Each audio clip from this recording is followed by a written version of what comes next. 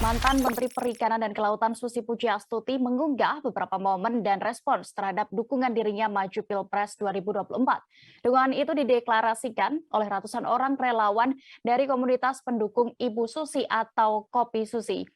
Deklarasi ini digelar di Geraha Ardia Garini, Jakarta Timur pada Minggu 3 Juli 2022 siang kemarin.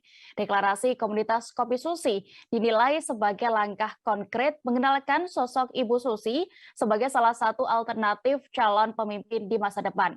Susi pun menekankan bahwa dukungan deklarasi itu adalah gerakan moral, bukan gerakan politik. Deklarasi yang dilakukan komunitas itu sebenarnya sebatas acara silaturahmi saja.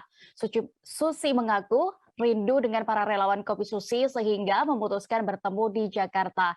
Ia mengapresiasi gerakan Kopi Susi, namun tetap meminta relawan yang mendukungnya maju pada Pilpres 2024 untuk berpikir rasional. Sebab menurut Susi Pujiastuti, tidak mungkin dia diusung menjadi calon presiden atau capres. Susi juga mengaku dirinya belum ada tawaran dari partai politik manapun hingga saat ini.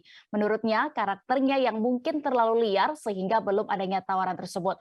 Ia pun menegaskan bahwa belum juga tertarik partai politik manapun untuk diusung sebagai capres. Jangan lupa subscribe, share, komen, dan like ya.